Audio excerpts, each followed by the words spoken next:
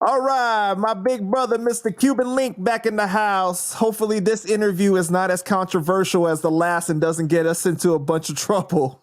Yeah, my God. So please watch what you say before you get us into more trouble, okay? But Sure. But That's how my you MO. feeling today, man? I'm feeling great, man. You feeling Great. good? Just chilling, having a good time. Look at the background. You look like you living the life right now. You got your little painter hat on and everything. It's no painter hat. This is an old Kango style hat. You already know. Slick Rick style. You looking like an old school player then, okay? Old school. All right, so let's get into it, man. What do you think about the situation with Irv Gotti saying Fat Joe is no longer my brother? Damn, 20 years later. This motherfucker applauding. Nigga, 20 years later, he realized that. Yeah, Joe is jealous one's envy, man. He's the one who's envying everybody. He gets around you, starts using you. I know he was acting like Irv Gotti. It was the first meeting. You know, when he came back, he started having that swag to him, like copying his style, like the way he talked, the business talk that Irv Gotti talked. You know what I'm saying? Oh, so you were around. That's right. You were around when he started being friends with Irv, right? Yeah, Irv helped him a lot, man. Irv helped him a lot. That's crazy. Yeah, a lot of people have said like it was crazy for him to jump out the window and call him a sucker instead of calling him direct. Because you know what? I think a lot of us would agree that Irv was wrong for what he said about Ashanti. But even when your brother is wrong, you don't come out and publicly say that you know, especially he's a sucker, but you call him. That's because he had feelings. He had feelings for Ashanti. Well, that's what TA said. TA did say that he tried to get at Ashanti plenty of times. I'm sure. That's 100% sure. 100% sure. 1 second. Man, roll the clip. If I'm not mistaken, you brought up something with Ashanti as well, right?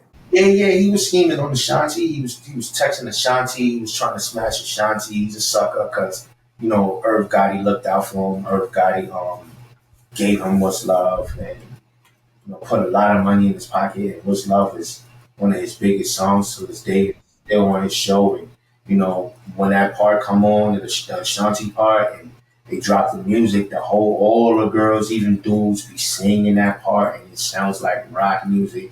Irv Gotti gave him that record, and you know, Irv Gotti also shot him, I think, like $1 million video in LA with him and his other dude, and you know, made it a movie. And yeah, he was trying to smash Ashanti, and then he did that sucker shit on Versus and disrespected Little Mo and Vida, fat sucker. You gonna get all this work because you think it's okay, but you know, again, the people won't cancel Fat Joe, but y'all cancel people like R. Kelly and Bill Cosby, but Fat Joe blatantly in front of everybody, the whole world say, "Yo, them crackhead bitches backstage," and whoa. I thought it was about the woman. We getting ready for a nice little interview. Yeah, we gonna get ready for a nice salute. Salute, since I'm on vacation. So we gotta get into more trouble then. Once the sauce we don't starts get in trouble, you. My nigga. Nah. We just birthday bubble. That's what we do. We birthday bubble. So then, you know, it caused a whole bunch of uproar when Irv was on Drink Champs and he said that Fat Joe is no longer my brother. I used to feel like he was my brother.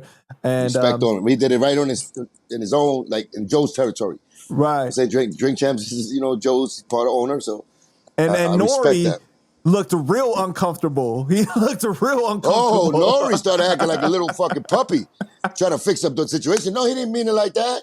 What he meant is that, the viral, and it goes together, and then it's the same clip, and get the fuck out of here. Yo, and it was crazy because he said that, I don't think he called you a sucker. It was like, bro, his words were, Irv Gotti is sucker, man. He a sucker. He's a sucker, man. He's a sucker. So I don't know how more clear and then he said, can be. No. This is the problem. When he said this part, when he said, come on, you're just a producer, man. Let me stop. When he did that, that's total disrespect. Right. When he said that, but he trying to take shots at the wrong person to get his street cred up. Right. Yeah. Then he said, come on, you're just a producer. Like, you know what I'm saying? That's all he is. So that means he's lower in him and the street credibility type shit. You know what I'm saying? Like he has no wins against him. That's what he meant. Yeah, You know what I'm saying? you know they said that Joe really felt the way after the whole versus between Ja Rule and him, and Because he lost. yeah, Especially with me. Remember we did I did the recap. I went by Pun's Wall, and I was like, twin, that nigga got his ass sauced. I was talking to Pun, they were all. So, I know that shit got in the skin. But it wasn't just me. I was telling the truth. You know what I'm saying? With some extra Cuban song on it. right. But you know what I'm saying? He got his ass sauced, man. Come on, he got no wins against them. Because when the trailer came out and we just saw the one little piece about him saying, oh, you know, Joe is no longer my brother, a lot of people speculated that the main reason was because he had squashed the beef with 50, right? And he tried to get Irv and Jaw to squash the beef with 50 as well. So, like, over the years, Joe and 50 have gotten even more close, that 50 brought him out on his final lap tour in Brooklyn, right, when he performed that show. And so they think that Irv felt a real certain type of way about that. And that's why. There's Joe deep throat. And again, Vanessa Doe Joey right there. That's Vanessa Doe Joey. You know what I'm saying? He knows how to deep throat. You know what I'm saying? When he, I guess he respected the pressure, 50 Cent had on him on the business side, fucked up his elephant in the sand, whole shit. And, you know what I'm saying? He was looking for a way. So, of course, Chris got, how you call it? Chris Lighty. Chris Lighty has passed away. So he used that situation for that. You know what I'm saying? Like he cares about he don't care about nobody, man. He had to do that. He had to find a way to reconcile that. You know what I'm saying? Do you think that Irv is mad though at him because he has squashed the beef with 50 and they've gotten closer? Do you think that's one of the Of course he is. That nigga Irv probably saved Irv and Ja Rule saved his whole career after Pun passed. He gave him what's love got to do with it. You know what I'm saying? All of that. And wrote the whole shit. You know what I'm saying? So at the end of the day, because you got Ja Rule's ad libs in the background for the chorus and everything. Yeah, of course. That was Ja Rule. That was Murder Inc. right there all day. You know what I'm saying?